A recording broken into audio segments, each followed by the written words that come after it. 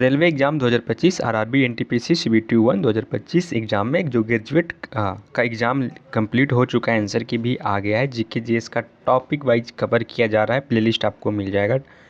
इस प्लेलिस्ट में लगभग 400 क्वेश्चंस कवर किए जा चुके हैं। इसमें सारे जीके जीएस में जितने भी प्रश्न पूछे गए हैं 2025 ग्रेजुएट लेवल एनटीपीसी के एग्ज़ाम में, जो कि अंडर ग्रेजुएट में इस काम आ सकता है, सभी को यहाँ पे कवरेज किया गया है। जिसमें कि आपका कंप्यूटर हो गया, हिस्ट्री हो गया, ज्योग्राफी हो गया, पॉलिटी हो गया, करेंट अफेयर हो गया, सभी पार्ट, स्टैटिक्स भी सभी इसमें शामिल किए गए हैं। तो ये आज का 5वां लेक्चर है और आज 5वां लेक्चर कंप्लीट होते होते 500 क्वेश्चंस कंप्लीट हो जाएंगे। पीछे की 4 लेक्चर आपको मिल जाएगा, प्लेलिस्ट में जाके ढूंढेंगे। प्लेलिस्ट इसी नाम से बना है, आरआरबी एनटीपीसी सीबीटी 1 और GK GS topic wise complete analysis कराया गया है। तो ये आज लेक्चर 5 होने वाली है। इससे पहले 4 लेक्चर हो चुका है। अंडर ग्रेजुएट वाला जिसका भी एग्ज़ाम नहीं हुआ है या फिर प्रीवियस ईयर जो देखना चाह रहे हैं उनके लिए इम्पोर्टेंट होने वाली है। आप लेक्चर को देखें और वीडियो अच्छी लग रही है, एनालिसिस अच्छा लग रहा है तो चैनल को भी अवश्य सब्सक्राइब कर लें। ज़्यादा इंस्ट्रक्शन आपको लेक्चर 1 में बतला दिया गया है। चलिए हम लोग शुरू करते हैं सीधे आज का सवाल से। तो ज्योग्राफी का क्वेश्चन चल रहा है। इससे पहले हिस्ट्री का जो क्वेश्चन है वो पूरा कवर किया जा चुका है। यहाँ से ज्योग्राफी का प्रश्न चल रहा है और ज्योग्राफी के प्रश्न में लगभग 100 क्वेश्चंस कवर हो गया है। तो आज 101 से चलेगा। टोटल लेक्चर मिला के 500 क्वेश्चन कवर हो चुका है, लेकिन ज्योग्राफी में 100 कवर हो गया। सबसे पहले देखते हैं आज का जो प्रश्न है। प्रश्न नंबर 101 में है, निम्नलिखित में से कौन सा राज्य गंगा के मैदान से आच्छादित नहीं है? ऑप्शन है यहाँ पे हरियाणा, पंजाब, पश्चिम बंगाल और बिहार। राइट आंसर हो जाएगा ऑप्शन नंबर बी, पंजाब, क्योंकि पंजाब जो राज्य है ये गंगा क्षेत्र से आच्छादित नहीं है। पश्चिम बंगाल में गंगा बहती है, बिहार में भी बहती है और हरियाणा के भी कुछ पार्ट में गंगा के जल द्वारा सिंचाई किया जाता है। अब यहाँ पे एक चीज़ समझ लीजिएगा, ये फर्स्ट क्वेश्चन है आज के लेक्चर का, इसलिए मैं बता रहा हूँ। यहाँ पे आपका शिफ्ट दिया गया है कि किस शिफ्ट में ये पूछा गया है। 17/6/2025 को शिफ्ट 3 में। राइट आंसर जो इस क्वेश्चन का जो बच्चों ने अटैम्प्ट किया वो 54% है और रंग जो अटैम्प्ट किया है उनकी बच्चों की परसेंटेज 38% है। और यहाँ पे करेक्ट आंसर दिया गया है ऑप्शन नंबर बी। ठीक है, ये मैं एक क्वेश्चन में बता दिया, सभी में मैं नहीं बताऊंगा। ये रेलवे का 100% ऑथेंटिक क्वेश्चन है और रेलवे वाला जो ऑप्शन सही माना गया है वही ऑप्शन को यहाँ पे बताया जा रहा है। बाकी अगर किसी को और डिटेल इंस्ट्रक्शन तो लेक्चर 1 में है, वहाँ पर जाकर आप डिटेल से देख लेंगे। चलिए आज का दूसरा प्रश्न का बात करते हैं। पहाड़ी क्षेत्रों में ढलानों को सीढ़ीनुमा काटकर किस प्रकार से खेती की जाती है? तो पहाड़ी क्षेत्रों में जो ढलानों को काट कर जो सीढ़ीनुमा खेती की जाती है उसे वेदिका खेती कहा जाता है। Option number A will be correct answer. प्रश्न 103 में है, भारत के सुदूर पूर्वी और सुदूर पश्चिम बिंदुओं के बीच की दूरी लगभग कितनी है? तो देखिए, सुदूर पूर्व और सुदूर पश्चिम बिंदुओं के बीच की दूरी देखा जाए तो 2933 किलोमीटर है। ऑप्शन नंबर ए यहाँ पे करेक्ट आंसर हो जाएगा।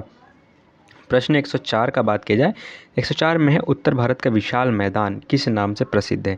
तो उत्तर भारत का जो विशाल मैदान है ये सिंधु और गंगा ब्रह्मपुत्र मैदान से फेमस है। Option number C will be correct answer. प्रश्न 105 में देखें, 105वां नंबर प्रश्न में है, भारत भूटान सीमा मुख्य रूप से निम्न में से किन के द्वारा परिभाषित की जाती है? तो भारत से भूटान जो भूमि है, तो वहाँ पे जो सीमा है वो पहाड़ और संधिया से परिभाषित किया जाता है। प्रश्न option C will be correct answer. प्रश्न 106 में है, गृह मंत्रालय के वार्षिक रिपोर्ट 2022-23 के अनुसार कितने भारतीय राज्यों और केंद्र शासित प्रदेशों में समुद्र तट है? तो राइट आंसर हो जाएगा 9 राज्य और 4 केंद्र शासित प्रदेश में समुद्र तट है। अब 4 केंद्र शासित प्रदेश कौन कौन सा है आप देख लेंगे। नागर एंड दादर हवेली दमन दीव केंद्र शासित प्रदेश ही है। अंडमान निकोबार केंद्र शासित प्रदेश है, वो भी उसके लक्षद्वीप भी है। तो ये हो गए। और यहाँ पे 9 राज्य जो समुद्र तट के किनारे हैं वो आप देख लेंगे। गुजरात हो गया, महाराष्ट्र हो गया, गोवा हो गया, गोवा के बाद तमिलनाडु हो गया, केरल भी है और आपका उड़ीसा भी है, पश्चिम बंगाल भी है। ठीक है, और नीचे के 1-2 राज्य हैं जो मुझे भी रिमाइंड नहीं हो रहे। प्रश्न 107 में है, निम्नलिखित में से कौन सी फसल भारत में रोपण कृषि से संबंधित है? तो रोपण कृषि से संबंधित है चाय एक रोपण कृषि है। ऑप्शन नंबर डी करेक्ट हो जाएगा। प्रश्न 108 में 2011 के जनगणना के अनुसार भारत के निम्नलिखित में से किस नगरीय समूह की जनसंख्या सर्वाधिक है? ऑप्शन नंबर डी मुंबई नगर की सर्वाधिक जनसंख्या है। प्रश्न 109 में है, भारत की उत्तरी मैदान मुख्यतः निम्नलिखित में से किस प्रकार से निर्मित हुई है? तो भारत के जो उत्तरी मैदान है जलोढ़ मिट्टी के जमाव से निर्मित हुई है। भारत के उत्तरी मैदान जैसे कि अब बिहार और यूपी के क्षेत्रों में जो पड़ते हैं, क्योंकि इन क्षेत्रों में बाढ़ आती है तो जलोढ़ मिट्टी आते हैं। Option number A will be correct answer. प्रश्न नंबर 110 का बात करें, 110 में है भारत का कौन सा राज्य दक्षिण पश्चिम और पूर्व मानसून दोनों से वर्षा प्राप्त करता है? तो राइट आंसर हो जाएगा तमिलनाडु। तमिलनाडु क्या है, दक्षिण पश्चिम मानसून से भी वर्षा प्राप्त कर लेता है, पूर्वोत्तर मानसून से भी वर्षा प्राप्त कर लेता है। प्रश्न 111 में है लघु हिमालय और शिवालिक के बीच अनुदैर्घ्य घाटियों को क्या कहा जाता है? तो दून, जैसे कि देहरादून हो गया तो वो लघु हिमालय और शिवालिक के बीच में ही है, तो उन घाटियों को दून कहा जाता है। ठीक है। प्रश्न 112 में है भारत का सबसे दक्षिणी छोर इंदिरा पॉइंट किस द्वीप पे स्थित है? तो भारत का सबसे दक्षिणी छोर इंदिरा पॉइंट ये ग्रेट निकोबार द्वीप पे स्थित है। Option number C will be correct answer. प्रश्न 113 में है निम्नलिखित में से कौन सा भू आकृति क्षेत्र नर्मदा नदी के उत्तर में स्थित है? तो ऑप्शन नंबर सी मालवा का पठार जो है नर्मदा नदी के उत्तर में स्थित है। दक्कन का पठार ये दक्षिण में है, तेलंगाना का पठार भी दक्षिण में है, कर्नाटक का पठार भी दक्षिण में है। मालवा का ही पदार्थ है पठार है जो कि ये मध्य प्रदेश में पड़ता है, तो ये उत्तर में हो जाता है नर्मदा नदी का। प्रश्न 114 में है छोटा नागपुर का पठार किस नदी तंत्र द्वारा अपवाहित है? तो छोटा नागपुर का जो पठार है दामोदर नदी द्वारा अपवाहित है। दामोदर नदी पश्चिम बंगाल और झारखंड राज्यों में बहती है। Option number C will be correct answer हो जाएगा। मैं यहाँ पे एक्स्ट्रा फैक्ट ज़्यादा नहीं बता रहा हूँ क्योंकि मैं बस क्वेश्चंस कवर कर रहा हूँ। और हाँ, मैं एक चीज़ और भी बता दे रहा हूँ, हालांकि मैंने फर्स्ट लेक्चर में बोला था कि ये जो क्वेश्चन जो कंपाइलेशन किया गया है वो गगन प्रताप के टीम द्वारा किया गया, गगन प्रताप जो मैथ पढ़ाते हैं। ठीक है। प्रश्न 115 में है भारत में कौन सा भूभाग और जलोढ़ परिक्षेत्र के कारण नलकूप सिंचाई के लिए उपयुक्त नहीं है? Right answer option number B हो जाएगा पठारी क्षेत्र। प्रश्न 116 में है झारखंड के अधिकारियों ने डैश के अंदर स्थित पहले गांव जयगीर को सफलतापूर्वक पूरी तरह से इसके मुख्य क्षेत्र से बाहर स्थानांतरित कर दिया है, तो कौन सा हो जाएगा? तो पलामू टाइगर रिजर्व, ये झारखंड में है। Option number A will be correct answer. प्रश्न 117 में है डेजर्ट नेशनल पार्क किस लुप्त प्राय पक्षी प्रजाति के लिए प्रसिद्ध है? तो ये ग्रेट इंडियन बस्टर्ड के लिए option number B will be correct answer. अगला प्रश्न है प्रश्न 118 में है कि नीलगिरी, प्रश्न 118 में है ये क्या हो गया, प्रश्न 118 में नीलगिरी बायोस्फीयर रिजर्व भारतीय राज्यों के निम्नलिखित में से किस समूह तक फैला हुआ है? राइट आंसर हो जाएगा आपका तमिलनाडु, केरल और कर्नाटक में। Option number A will be correct answer. प्रश्न 119 में भारत के उत्तरी मैदान में शीतकालीन वर्षा निम्नलिखित में से किसके कारण होती है? राइट आंसर हो जाएगा पश्चिमी विक्षोभ के कारण। Option number A. प्रश्न 120 में है सतपुड़ा पर्वतमाला का उच्चतम बिंदु निम्नलिखित में से कौन सा है? तो उच्चतम बिंदु इसका धूपगढ़ है, सतपुड़ा का धूपगढ़ है। ठीक है। अन्नामुरी जो है अन्नामलाई पर्वत का है। अगला प्रश्न है 121 में किस राज्य में स्थानांतरित कृषि को झूम के नाम से जाना जाता है? तो असम में स्थानांतरित कृषि को झूम के नाम से जाना जाता है। प्रश्न 122 में है भारत की 2011 के जनगणना के अनुसार निम्नलिखित में से किस राज्य या केंद्र शासित प्रदेश में जनजातीय जनसंख्या की अनुपस्थिति पाई गई है? यानी अब्सेंट पाया गया है। तो पंजाब में बहुत कम ही जनजाति आपको देखने को मिलेगी। Option number C will be correct answer. प्रश्न 123 का बात करें, 123 नंबर प्रश्न में है निम्नलिखित में से कौन सा भारत के उत्तरी मैदान को भौगोलिक उपखंड नहीं है? उत्तरी मैदान का भौगोलिक उपखंड नहीं है। देखिए उत्तरी मैदान में देखना है तराई क्षेत्र, तो ये उत्तरी मैदान में है। खादर भी उत्तरी मैदान में है, भांगर भी है, लेकिन विंध्य का पठार यानी विंध्याचल का पठार ये उत्तरी मैदान में भौगोलिक उपखंड नहीं है। Option number D will be correct answer. प्रश्न 124 में है निम्नलिखित में से कौन सा बंदरगाह पश्चिमी तट मैदान में स्थित है? तो ऑप्शन नंबर सी मंगलौर का बंदरगाह जो है मंगलौर, ये बंगलौर के पास ही पड़ता है, मंगलौर उसी कर्नाटक में ही पड़ता है, तो ऑप्शन सी हो जाएगा सही। प्रश्न 125 में भारत के शुष्क क्षेत्रों में सीधे पौधे की जड़ों तक सिंचाई जल पहुंचाकर जल संरक्षण के लिए आमतौर पर किस सिंचाई प्रणाली का उपयोग किया जाता है? ये आपका साइंस का क्वेश्चन हो गया। ये ऑप्शन नंबर बी ड्रिप सिंचाई इसका राइट आंसर हो जाएगा। ये ज्योग्राफी में भी प्रश्न पूछा जाता है। प्रश्न 126 में है कि राजस्थान की तुलना में केरल में सड़क घनत्व सर्वाधिक होने का मुख्य कारण क्या है? तो इसका मुख्य कारण यही है कि स्थलकृति और जनसंख्या घनत्व के कारण ही राजस्थान की तुलना में केरल में सड़क घनत्व सर्वाधिक है। Option number D will be correct answer. अगला प्रश्न का बात करते हैं। प्रश्न 127 में है जनवरी 2025 में Namdapha tiger reserve, Namdapha national park है, नामदफा टाइगर रिजर्व एक कैमरा ट्रैप ने 12 वर्ष बाद एक हाथी को कैद यानी कि कैप्चर किया, जो कि भारतीय राज्य में हाथियों की उपस्थिति का संकेत देता है। तो भारतीय राज्य कहाँ पे, तो आपको पता होनी चाहिए कि नामदफा नेशनल पार्क कहाँ है। नामदफा नेशनल पार्क अरुणाचल प्रदेश में है। Right answer. यहाँ से 2 क्वेश्चन बन रहा है। पहला तो नामदफा टाइगर रिजर्व कहाँ है, तो नामदफा टाइगर रिजर्व अरुणाचल प्रदेश में, और जो ये क्वेश्चन पूछा है वो भी क्वेश्चन।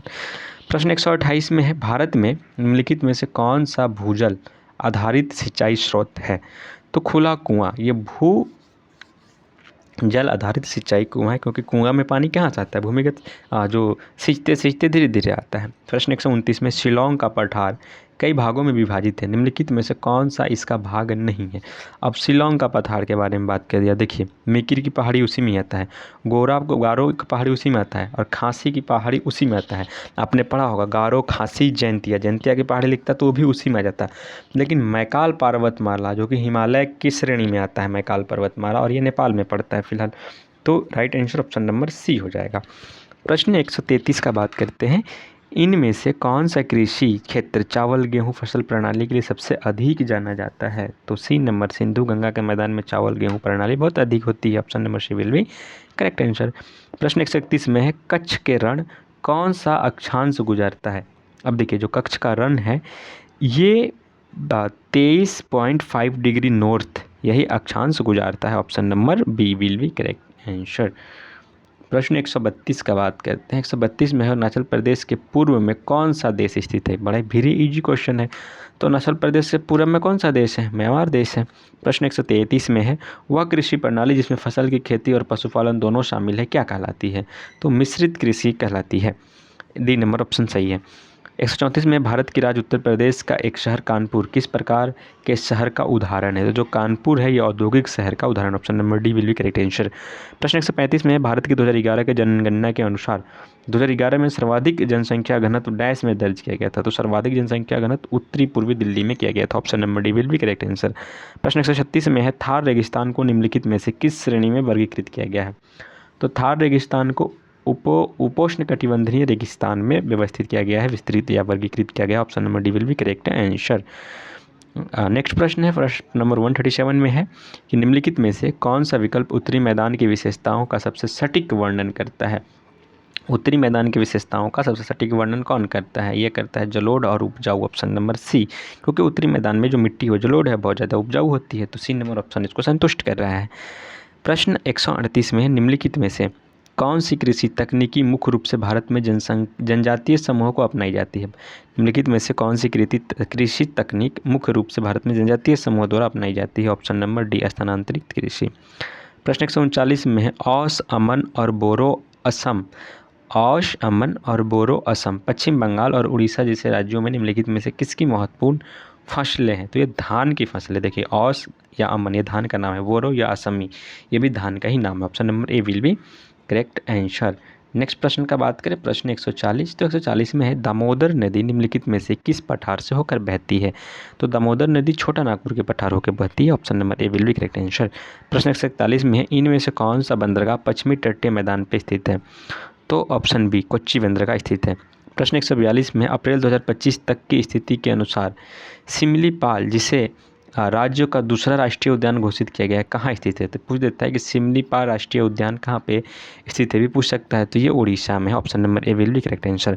प्रश्न 143 में है, थार रेगिस्तान का अधिकांश भाग भारत में स्थित है जो डैश में फैला हुआ है। तो थार रेगिस्तान का अधिकांश भाग भारत में है जो कि आपका राजस्थान, गुजरात और पंजाब, हरियाणा में फैला हुआ है। Option number A will be correct answer. प्रश्न 144 का बात करते हैं। 144 नंबर प्रश्न में है कि रण उत्सव दिसंबर 2024 से फरवरी 2025 तक का स्थल ढोर्डो किस भारतीय राज्य में और किस भौगोलिक स्थल के निकट स्थित है। तो राइट आंसर हो जाएगा गुजरात कच्छ के रण उत्सव कच्छ के रण में ही मनाया जाता है। Option number A will be correct answer है। प्रश्न 145 में निम्नलिखित में से कौन सी नदी तंत्र हिमालय क्षेत्र में महाखड्ड यानी कि गोगरस बनाने के लिए जानी जाती है। महाखड्ड बनाने के लिए जानी जाती है। राइट आंसर हो जाएगा ब्रह्मपुत्र नदी। Option number B will be correct answer. प्रश्न 146 में गृह मंत्रालय की 2022-23 के वार्षिक रिपोर्ट के अनुसार भारत के किस केंद्र शासित प्रदेश की तट रेखा सबसे लंबी है। तो ये Andaman Nicobar. Option number B will be सही आंसर। प्रश्न 147 में भारत का निम्नलिखित में से कौन सा राज्य 3 देशों के अंतर्राष्ट्रीय सीमा साझा करता है? तो पश्चिम बंगाल है जो कि 3 देशों के साथ अंतर्राष्ट्रीय सीमा साझा करता है। एक पश्चिम बंगाल जो है ये भूटान के साथ भी करता है, नेपाल के साथ करता है और बांग्लादेश के साथ भी करता है। Option number A will be correct answer हो जाएगा।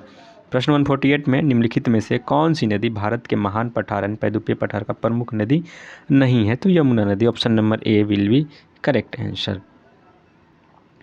प्रश्न 149 का बात करें, निम्नलिखित में से कौन सा नदी गंगा की सहायक नदी नहीं है लेकिन यह सीधे बंगाल की खाड़ी में गिरती है? तो महानदी ये उड़ीसा से होकर उड़ीसा साइड से नीचे से बह के जाती है, गंगा की सहायक नदी नहीं है लेकिन सीधे बंगाल की खाड़ी में गिरती है। Option number C will be correct answer. Gomti, Kosi ये सभी गंगा की सहायक ही नदी है। गोमती नदी यमुना की सहायक नदी है। ठीक है। प्रश्न 150 में थार रेगिस्तान में किस प्रकार की वनस्पति प्रमुख रूप से पाई जाती है? तो थार रेगिस्तान में जो वनस्पति पाई जाती है वो छोटी छोटी जड़ी बूटियाँ और झाड़ियाँ पाई जाती है, क्योंकि वो मिट्टी सॉइल होता नहीं, ज़्यादातर बालू होती है। Option number B will be correct answer. प्रश्न 151 में भारत के सभी क्षेत्रों को हरित क्रांति से समान रूप से लाभ प्राप्त नहीं हुआ। निम्नलिखित में से कौन सा राज्य हरित क्रांति का प्रथम चरण में सबसे कम प्रभावित हुआ? इससे पहले पूछा था सबसे ज़्यादा प्रभावित कौन हुआ था, तो ज़्यादा प्रभावित पंजाब और हरियाणा हुआ था, लेकिन कम प्रभावित उड़ीसा हुआ था। तो 2 बार क्वेश्चन रिपीट हो चुका है ये वाला कि ज़्यादा प्रभावित कौन था, तो ज़्यादा प्रभावित में पंजाब और हरियाणा ऑप्शन पे लग जाएगा, दोनों साथ में आपको दिखाई देगा। कम प्रभावित में आपका उड़ीसा दिखेगा। यूपी और बिहार में लगभग बराबर ही थे पंजाब हरियाणा के, थोड़े कम थे लेकिन बराबर ही थे, परसेंटेज में थोड़ी कम हो जा रही थी। तो पंजाब हरियाणा ज़्यादा में ठीक है, सबसे कम उड़ीसा में उसका प्रभाव देखा गया था प्रथम हरित क्रांति। क्या आप लोग बताएंगे कि जो हरित क्रांति हुआ था ग्रीन रिवोल्यूशन, इसका जनक कौन था, ओवरऑल कौन था, और इंडिया में इसका जनक कौन था? इंडिया में इसका जनक जो थे एस स्वामीनाथन थे, और ओवरऑल आप लोग बताएंगे कमेंट में। प्रश्न 152 में है, पश्चिमी तट मैदान संकरे होते हैं तथा किन भू आकृतियों के बीच स्थित होते हैं?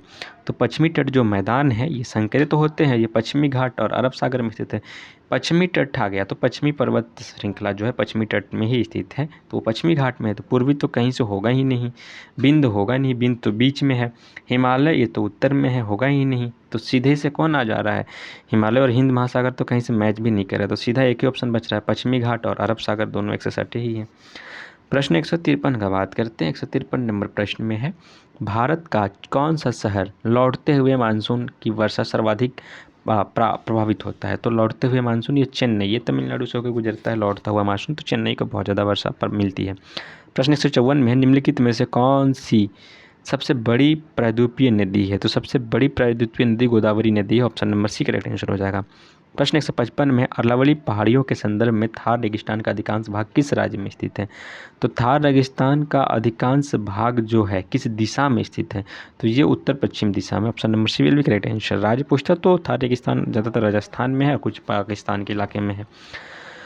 156 का बात करें, भारत के विशाल मैदानों का निर्माण मुख्यतः निम्नलिखित में से किस नदी के निष्पेक्षण के कारण हुआ? तो सिंधु, गंगा और ब्रह्मपुत्र नदी के निष्पेक्षण के कारण हुआ है। ठीक है, निक्षेपण के कारण। प्रश्न 157 में है, कौन सा प्रमुख बंदरगाह भारत के पश्चिमी तट पे स्थित नहीं है? अब देखिए, विशाखापट्टनम बंदरगाह, कांडला बंदरगाह, मैंगलोर बंदरगाह, कोचीन बंदरगाह। कोची बंदरगाह केरल में है, केरल पश्चिमी घाट की तरफ ही है। मैंगलोर बेंगलोर के साइड है, ये भी पश्चिम में है। कांडला गुजरात का सबसे बड़ा बंदरगाह है, तो ये भी पश्चिम में ही है, लेकिन पूछा है कि पश्चिम में स्थित नहीं है। विशाखापट्टनम पश्चिम में स्थित नहीं है। विशाखापट्टनम बंदरगाह जो है ये तमिलनाडु में पड़ता है, जो कि पूर्वी तट के निकट पड़ता है। ठीक है, राइट आंसर तो आपका इसका हो जाएगा ऑप्शन नंबर ए। ठीक है, ए नंबर इसका ऑप्शन राइट हो जाएगा। अगला प्रश्न का अगर बात हम लोग करें, प्रश्न 158 में निम्नलिखित में से कौन सा देश पूरी तरह से स्थलबद्ध है और भारत के साथ खुली सीमा साझा करता है? तो ये भूटान हो जाएगा ना पूरी तरफ से, लेकिन भूटान ऑप्शन में नहीं है। जब भूटान नहीं है तो फिर नेपाल भी हो जाएगा। नेपाल भी पूरी तरह से स्थलबद्ध है और भारत के साथ सीमा साझा करता है। ठीक है, राइट आंसर ये हो जाएगा। क्वेश्चन नंबर 159 में, जलोढ़ मृदा मुख्य रूप से भारत के किस क्षेत्र में पाई जाती है? तो जो जलोढ़ मृदा है वो मुख्य रूप से भारत के उत्तरी यानी सिंधु गंगा ये मैदान क्षेत्रों में पाया जाता है। अगर उत्तरी लिखा रहता तो उत्तरी हो जाता, लेकिन सिंधु गंगा मैदान लिखा है तो वही सही हो जाएगा, ऑप्शन नंबर सी। प्रश्न 7 में है, भारत के सीमा व्यापार के लिए महत्वपूर्ण लेपुलेख दर्रा भारत और किस राज्यों के बीच स्थित, भारत और किस देश के बीच स्थित है? तो लेपुलेख दर्रा ना तिब्बत जो चीन वाले क्षेत्र है वहाँ पे ये इंटरनेशनल दर्रा है, डायरेक्ट आपका उत्तराखंड को जोड़ देता है चीन से। तो राइट आंसर हो जाएगा ऑप्शन नंबर ए, लेपुलेख दर्रा। ठीक है, चीन को तिब्बत। प्रश्न 161 में निम्नलिखित में से कौन सा भारत का सबसे पूर्वी अंतर्राष्ट्रीय सीमा बिंदु है? सबसे पूर्वी पूछा है तो पूर्वी हो जाएगा कीबुथु पूर्वी में। पश्चिमी में बताइए, अब गुजरात में वो कौन सा गांव है जो पश्चिमी में सबसे ज़्यादा पड़ता है? आता है ना ऑप्शन में। अब इसी में कवर किए हैं, शायद लेक्चर 4 या लेक्चर 3 में कवर भी किया गया है। अगला प्रश्न का बात करते हैं। प्रश्न 162 में है, भारत का पूर्वी तटीय मैदान किस राज्य से किस राज्य तक फैला हुआ है? तो पूर्वी तटीय मैदान जो है ना, पश्चिम बंगाल से स्टार्ट होता है, तमिलनाडु तक फैला हुआ है। Option number D will be correct answer. प्रश्न 163 में, भारत के विशाल मैदानों में प्रमुख मिट्टी के प्रकार क्या है? तो प्रमुख मिट्टी लेटराइट मिट्टी भी है, लाल मिट्टी भी है, काला कपास मिट्टी भी है, जलोढ़ मिट्टी। लेकिन पूछा है कि प्रमुख मिट्टी सबसे ज़्यादा, तो सबसे ज़्यादा जलोढ़ मिट्टी ही फैला हुआ 6.4 करोड़ हेक्टेयर में है लगभग। Option number D will be correct answer. प्रश्न 164 में है, थार रेगिस्तान में सिंचाई में कौन सी नहर परियोजना प्रमुख भूमिका निभाती है? तो आपको पता होनी चाहिए, इंदिरा गांधी नहर राजस्थान में बनाया गया थार रेगिस्तान में। ऑप्शन नंबर ए सही है। प्रश्न 165 में, भागीरथी और अलकनंदा डैश में मिलकर गंगा नदी का निर्माण करते हैं। तो भागीरथी और अलकनंदा ये दोनों कहाँ मिलते हैं? देवप्रयाग में मिलकर गंगा का निर्माण करते हैं। प्रश्न 166 में, निम्नलिखित में से कौन सी नदी थार रेगिस्तान क्षेत्र की प्रमुख नदी या नदी पूछा है? इससे पहले यहाँ पे नहर पूछा था 164 में, और यहाँ पे 166 में नदी पूछा है। नदी का बात करें तो लूनी नदी है, जो कि राजस्थान में थार रेगिस्तान में बहती है। प्रश्न 167 का बात करते हैं। 67 में, निम्नलिखित में से कौन सा भारत में सिंचाई में सबसे बड़ा योगदान करता है? निम्नलिखित में से कौन सा भारत में सिंचाई का सबसे बड़ा योगदान करता है? वर्षा जल संग्रह, अधोभूमिक सिंचाई, या टैंक, या ट्यूबवेल और नहरें? तो राइट आंसर हो जाएगा ऑप्शन नंबर डी, ट्यूबवेल और नहरें। प्रश्न 168 में है, भारत का महान पठार ग्रेट प्लेटू किस प्राचीन भूभाग का हिस्सा है? तो ये गोंडवाना लैंड का हिस्सा है। गोंडवाना, जब तैतीस सागर गोंडवाना लैंड वाला हिस्सा आप पढ़े होंगे, ज्योग्राफी के शुरू वाले चैप्टर में पढ़ा जाता है। हिमालय का भी निर्माण यहीं से हुआ है। हम लोग मेडागास्कर श्रेणी से थे, जो कि साउथ अफ्रीका मतलब कि अफ्रीकन कॉन्टिनेंट से जुड़े हुए थे इंडिया पहले। भारत का देशांतरीय विस्तार कितना है? क्वेश्चन आ गया और रिपीटेड क्वेश्चन है। भारत का देशांतरीय विस्तार जो है 68 डिग्री 7 मिनट ईस्ट से लेकर 97 डिग्री 25 मिनट ईस्ट तक है। Option number B will be correct answer. Question 70 में है, भारत की किस राज्य में भील जनजाति समुदाय की जनसंख्या सर्वाधिक है? भील जाति जो है सबसे ज़्यादा ये पाए जाते हैं मध्य प्रदेश में। हालांकि राजस्थान में भी भील जनजाति पाए जाते हैं, लेकिन मध्य प्रदेश में ज़्यादा पाए जाते हैं। प्रश्न 171 का बात करते हैं। इसमें निम्नलिखित में से कौन सी नदी राजस्थान से होकर बहती है? तो राजस्थान से होकर बहती है लूनी नदी। Option number A will be correct answer. अभी तो रिपीट हुआ था पहले, ऐसे एग्जाम में, आरआरबी के एग्जाम में, रेलवे में ही रिपीट हुआ है, ये नहीं कि हमने रिपीट कराया, नहीं, क्वेश्चन वो खुद रिपीट किया था, इसलिए यहाँ पे 2 बार लिया गया है। 172 में है, भारतीय संदर्भ में श्रेणी 1 शहरों में जनसंख्या वृद्धि डैश से सर्वाधिक प्रभावित होती है? किससे? ग्रामीण क्षेत्रों से पलायन के कारण। लोग ग्रामीण से पलायन करके शहर में जा रहे हैं काम धंधा के लिए, फिर वहीं शादी होकर वहीं सेटल, वहीं घर बनाना, तो जनसंख्या वृद्धि इसके कारण भी हो रही है। Option number B will be correct answer है। प्रश्न 173 में है, नदियाँ तट मैदान के निर्माण में किस प्रकार योगदान दे सकती है? जो नदियाँ हैं तटीय मैदान के निर्माण में किस प्रकार का योगदान देती है? तो समय के साथ तलछटे जमा करके, उस समय के साथ क्या करते हैं, जो भी बहा के आप चीज़ें लाते हैं वहाँ पे जमा कर देते हैं, तलछट यानी जो घाट होता है उस पर तलछट वहाँ जमा कर देते हैं। प्रश्न 174 में, निम्नलिखित में से किस राष्ट्रीय उद्यान को विश्व का एकमात्र तैरता हुआ राष्ट्रीय उद्यान माना जाता है? बहुत ही अच्छा ये राष्ट्रीय उद्यान है। Option number B, Keibul Lamjao राष्ट्रीय उद्यान। केइबुल लामजाओ राष्ट्रीय उद्यान, इसका लोकेशन मुझे नहीं पता है अभी कहाँ पे है, अगर आप पे पता हो तो आप जरूर कमेंट बॉक्स में लिखिएगा। ऑप्शन नंबर बी इसका राइट आंसर हो जाएगा। प्रश्न 175 में है, भारत अफगानिस्तान की सीमा को आधिकारिक तौर पर डैश माना जाता है? तो कौन सा? Durand Rekha. Durand Rekha option number A will be correct answer हो जाएगा। प्रश्न 176 में है, थार रेगिस्तान मुख्य रूप से किन भारतीय राज्यों को कवर करता है? तो थार रेगिस्तान जो है राजस्थान और गुजरात को कवर करता है। ऑप्शन नंबर सी, थोड़े से हरियाणा में भी है। प्रश्न 177 में है, निम्नलिखित में से कौन सा राज्य चारों ओर स्थल रुद्ध है तथा किस अंतर्राष्ट्रीय सीमा को स्पर्श नहीं करता है? किसी अंतर्राष्ट्रीय सीमा को स्पर्श नहीं करता है, तो कौन सा वो राज्य है? वो राज्य छत्तीसगढ़ है, कि चारों ओर से स्थल रुद्ध है और किसी भी अंतर्राष्ट्रीय सीमा को भी टच नहीं करता है। अब उत्तर प्रदेश तो नेपाल से टच करता है, असम जो है ये भी बांग्लादेश को टच करता है और भूटान को भी टच कर रहा है, राजस्थान तो पाकिस्तान को टच कर रहा है, लेकिन छत्तीसगढ़ किसी को टच नहीं कर रहा है। प्रश्न 178 में है, निम्नलिखित में से कौन सी नदी पश्चिमी घाट से निकलती है? पश्चिमी घाट से निकलती है वो कृष्णा नदी है। कृष्णा नदी को दक्षिण भारत की गंगा नदी भी कहा जाता है, ये भी याद रखेंगे। प्रश्न 179 में शुष्क भूमि खेती में प्रमुख बाधा क्या है, उसमें क्या प्रमुख बाधा है? तो जल की कम उपलब्धता, उस समय जल की उपलब्धता बहुत ही कम होती है। ठीक है, हाइब्रिड बीजों का उपयोग, ये कोई वो नहीं है, बाधा नहीं है, तो सब में हो जाता है। उर्वरक की कमी हर जगह कमी है, पर्याप्त है तो हर जगह पर्याप्त है, उसको कोई दिक्कत नहीं है। बहुत अधिक वर्षा नहीं होता है, बहुत कम वर्षा होता है, बहुत कम जल की उपलब्धता होती है। प्रश्न 180 में है, निम्नलिखित में से कौन सी नदी बेसिन भारत में सर्वाधिक जनसंख्या सांद्रण को सहायता करती है? तो गंगा बेसिन, सबसे ज़्यादा गंगा बेसिन के द्वारा ही खेती की जाती है, कृषि की जाती है भारत में। प्रश्न 181 का बात करते हैं, तो 181 में है कि सिंधु नदी बेसिन तंत्र इंडस बेसिन सिस्टम में क्या है कि एक प्रमुख नदी निम्नलिखित में से कौन सी है? देखिए, यमुना नहीं, रावी नदी बिल्कुल सही, यमुना नदी नहीं है इंडस वैली में, रावी नदी है। गोदावरी भी नहीं है, कावेरी भी नहीं है। ऑप्शन नंबर बी विल भी करेक्ट आंसर हो जाएगा। गोदावरी कावेरी सब साउथ भारत की नदियाँ हैं, यमुना नदी दिल्ली की नदियाँ हैं। अब बच गई रावी नदी जो कि नॉर्थ ईस्ट में मतलब नॉर्थ में है, जो कि पंजाब और हरियाणा में जाकर के सिंधु नदी में जाके मिलती है।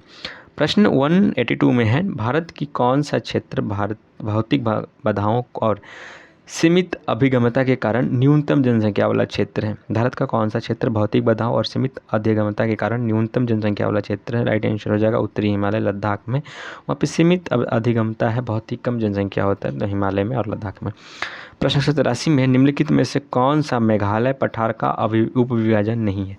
मेघालय पठार का उपविभाजन कौन सा नहीं है? तो मिकिर की पहाड़ियाँ मेघालय पठार के उपविभाजन नहीं है, बाकी जैंतिया की पहाड़ी, खासी की पहाड़ी, गारो की पहाड़ी सब उपविभाजन है। प्रश्न 184 का बात करते हैं। 184 प्रश्न में है, थार रेगिस्तान के मैदान में कौन सा पेड़ सामान्यतः पाया जाता है? तो थार रेगिस्तान के मैदान में सामान्यतः जो है खेजड़ी का पेड़ पाया जाता है। Option number D will be correct answer. प्रश्न 185 में है, निम्नलिखित में से कौन सी नदी मांजुली द्वीप बनाती है जो दुनिया का सबसे बड़ा नदी द्वीप है?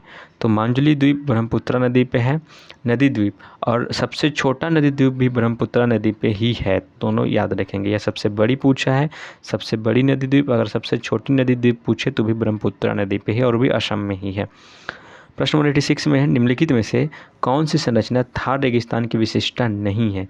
तो थार रेगिस्तान की विशेषता क्या नहीं है? स्थानांतरित टीले ये बिल्कुल है, नखलिस्तान ये भी है, अंतर्देशीय जल निकासी ये भी है, घने सदाबहार जंगल। अब रेगिस्तान में घने सदाबहार जंगल कहाँ से आएगा? ऑप्शन नंबर डी विल भी करेक्ट आंसर हो जाएगा।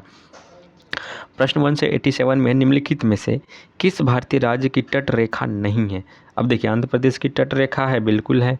ओडिशा की तट रेखा है, बिल्कुल है। गुजरात का तो है ही, सबसे ज़्यादा गुजरात का ही है। राजस्थान का नहीं है, ये पाकिस्तान के साथ जुड़ा हुआ है, प्लस नीचे गुजरात से जुड़ा है, इसका कोई तट रेखा नहीं है। Option number C will be correct answer. अगला प्रश्न 188 में है, निम्नलिखित में से कौन सा देश भारत के साथ भूमि सीमा साझा नहीं करता है? म्यांमार करता है भूमि सीमा साझा करता है, भूटान भी करता है, अफगानिस्तान भी करता है, तो कौन नहीं करता है? तो बच गया Sri Lanka. Option number D will be correct answer. Sri Lanka Bharat के साथ कोई भी भूमि सीमा साझा नहीं करता है, जल सीमा साझा करता है। प्रश्न 189 में है कि दिल्ली जैसे शहर में उच्च जनसंख्या घनत्व के कारण रोज़मर्रा की ज़िंदगी में क्या होता है? तो दिल्ली जैसे शहर में उच्च जनसंख्या घनत्व के कारण रोज़मर्रा की ज़िंदगी में क्या होता है? आम लोग सभी बता सकते हैं जो दिल्ली आए होंगे, देखे होंगे। पर्यावरण पे क्या होता है? दबाव बढ़ रहा है, पर्यावरण पे दबाव होता है। ठीक है, राइट आंसर। प्रश्न 190 में है कि मुख्य भूमि भारत यानी मेनलैंड इंडिया में किस राज्य की तट रेखा सबसे लंबी है? तो गुजरात की है। गुजरात को हटा दिया जाए और केंद्र शासित प्रदेश को भी लागू कर दिया जाए तब अंडमान निकोबार राइट आंसर हो जाएगा, लेकिन यहाँ मेनलैंड इंडिया में पूछा है तो Gujarat. Option number B will be correct answer. प्रश्न 191 में है, द्वीपों को छोड़कर भारत में किस राज्य की तट रेखा सबसे लंबी है? फिर बात हुआ द्वीपों को छोड़ के, तो फिर गुजरात ही हो जाएगा, राइट आंसर गुजरात हो जाएगा। प्रश्न 192 में है, मैकमोहन रेखा भारत और किस देश को अलग करती है? ये चीन और भारत को अलग करती है। Option number D. ऐसे क्वेश्चन पूछे गए हैं, देखिए ना, 20/6/2025 को सेकेंड शिफ्ट में पूछा गया है ये क्वेश्चन। राइट आंसर बच्चों ने 84% अटैम्प्ट किया है, रॉन्ग आंसर जो है 11.51%। 11.51% बच्चा बिल्कुल पढ़ने के लायक ही नहीं है, क्योंकि सबसे ईजी क्वेश्चन ये तो 8वां क्लास का भी बच्चा बता देगा, 7वां क्लास का ये बच्चा बता देगा। तो 11% तो बिल्कुल ही अपनी पढ़ाई छोड़ देगी। मैकमोहन रेखा जो है किन दो देशों को अलग करती है, भारत और किस देश को अलग करती है, सोचना ही नहीं है। भारत की सीमा किन देशों के साथ लग रही है, पाकिस्तान वाला सबको पता है, तो बचा कौन, चाइना। फिर भी आप लोग गलत कर रहे हैं। यहाँ पे पाकिस्तान, भूटान, नेपाल, चीन नाम दिया गया है, फिर भी आप लोग गलत कर रहे हैं। भूटान भारत के साथ सीमा तो साझा करता है, लेकिन कोई रेखा वेखा का नाम नहीं है, ना नेपाल के साथ कोई रेखा वेखा का नाम है। एक पाकिस्तान के साथ है, एक चीन के साथ है। पाकिस्तान वाला का नाम है रेड क्लिफ लाइन, चीन वाला का नाम है मैकमोहन लाइन। फंस कहाँ रहे हो आप? तो इस भी क्वेश्चन को गलत करके आ रहे हो, हूबहू एग्जाम का पूछा हुआ प्रश्न है। अगला प्रश्न 193 का बात करते हैं। 193 प्रश्न में है, पाक जल डमरू मध्य यानी पाक स्ट्रेट भारत और निम्नलिखित में से किस देश को अलग करती है? बिल्कुल इजी क्वेश्चन है, भारत और श्रीलंका को अलग करती है। ऑप्शन नंबर डी है। प्रश्न 194 में, थार रेगिस्तान निम्नलिखित में से किसके बीच एक प्राकृतिक सीमा के रूप में कार्य करती है? तो थार रेगिस्तान जो है भारत और पाकिस्तान के बीच में काम करती है, सीमा का भी काम करती है, क्योंकि पाकिस्तान में भी थार रेगिस्तान है और पाकिस्तान वाले थार रेगिस्तान को चोलिस्तान कहा जाता है। आपको ये भी ध्यान रखना है। प्रश्न 195 में, निम्नलिखित में से किस राज्य की जनसंख्या मुख्यतः पहाड़ी भूभाग के कारण विरल है? तो निम्नलिखित में से किस राज्य की जनसंख्या मुख्यतः पहाड़ी भूभाग के कारण विरल है? ऑप्शन नंबर सी, अरुणाचल प्रदेश की। प्रश्न 196 में है, निम्नलिखित में से कौन सी मृदा भारत में चावल की खेती के लिए सबसे उपयुक्त है? ऑप्शन नंबर ए, जलोढ़ मृदा चावल की खेती के लिए सबसे उपयुक्त है। प्रश्न 197 में है, निम्नलिखित में से कौन सा देश भारत से केवल समुद्री सीमा द्वारा अलग होती है? तो देखिए उस देश का नाम क्या है, समुद्री सीमा द्वारा ही अलग होती है। एक तो श्रीलंका है, एक मालदीव है। श्रीलंका ऑप्शन में नहीं है, तो Maldives option number A will be correct answer. अगला प्रश्न की बात करें तो प्रश्न 198 में है कि निम्नलिखित में से कौन सा वन खनिज आधारित उद्योग है जो अयस्क या अन्य खनिजों का कच्चे माल के रूप में उपयोग करता है? ऑप्शन नंबर सी, लोहा और इस्पात हो जाएगा। प्रश्न 199 में है, निम्नलिखित में से कौन सा राजस्थान में एक राष्ट्रीय उद्यान है? देखिए रणथंभौर ये राजस्थान में ही है, जिम कार्बोनेट ये उत्तराखंड में है, काजीरंगा नेशनल पार्क ये भी उत्तराखंड में है, नहीं काजीरंगा असम में है, सुंदरवन राष्ट्रीय उद्यान ये पश्चिम बंगाल में। तो right answer option number A हो जाएगा, राजस्थान। यहाँ पे चारों नेशनल पार्क आप याद रख लीजिए। रणथंभौर राष्ट्रीय उद्यान राजस्थान में है, जिम कार्बोनेट उत्तराखंड में है, काजीरंगा नेशनल पार्क असम में है और सुंदरवन ये पश्चिम बंगाल में। यूपी में बताइए कौन सा नेशनल पार्क है? प्रश्न 200, कच्छ और काठियावाड़ तट किस भारतीय राज्य में स्थित है? तो कच्छ और काठियावाड़ दोनों गुजरात में। इतना इजी क्वेश्चन पूछा था आरआरबी ने। और यहाँ पे हम लोग ज्योग्राफी का 200 क्वेश्चन कंप्लीट कर लिया और 300 लगभग हमने कंप्लीट किया था हिस्ट्री में। तो इस प्रकार से टोटल हम लोग 500, आज लेक्चर 5 तक में 500 क्वेश्चन हमने अटैम्प्ट किए, जो कि आरआरबी एनटीपीसी 2025 ग्रेजुएट लेवल में पूछी थी और अंडर ग्रेजुएट में आने की प्रबल संभावना है। देख लीजिए किस प्रकार के क्वेश्चन पूछा गया था, आप इसका एनालिसिस करके अवश्य जाएं। वीडियो को दोस्तों के बीच ज़रूर शेयर करें ताकि उन्हें इनकी जानकारी हो सके। 100% रियल और ऑथेंटिक क्वेश्चंस हैं जो यहाँ पे प्रोवाइड करे जा रही है। टोटल 500 क्वेश्चन हमने यहाँ पे कवर कर लिए और PDF का पेज देखें तो लगभग अभी हमने 49 पेज कवर किया है, जबकि 227 पेज का है। तो इस प्रकार से अभी मुझे लग रहा है कि 1000-2000 से ज़्यादा क्वेश्चन हैं अभी, जिसको कि हमें आप सभी को कवर करना है, तभी सारा क्वेश्चंस यहाँ पे कवर हो पाएगी। इसी तरह पार्ट वाइज पार्ट वीडियो आएगी, हर एक पार्ट में आपका 100 क्वेश्चंस रहेगा। ये 5वां पार्ट है तो आपका 500 क्वेश्चंस कंप्लीट हो गया। डेली एक वीडियो अपलोड किया जाता है, अगले वीडियो आपको नेक्स्ट दिन देखने को मिल जाएंगे। आई होप कि अच्छे लगे तो चैनल को सब्सक्राइब कीजिए। रेलवे से रिलेटेड यहाँ पे सभी कंटेंट और खासकर जीके का कंटेंट जरूर प्रोवाइड किया जाएगा, जो कि डायरेक्ट आपको एग्जाम में देखने को मिलेंगे।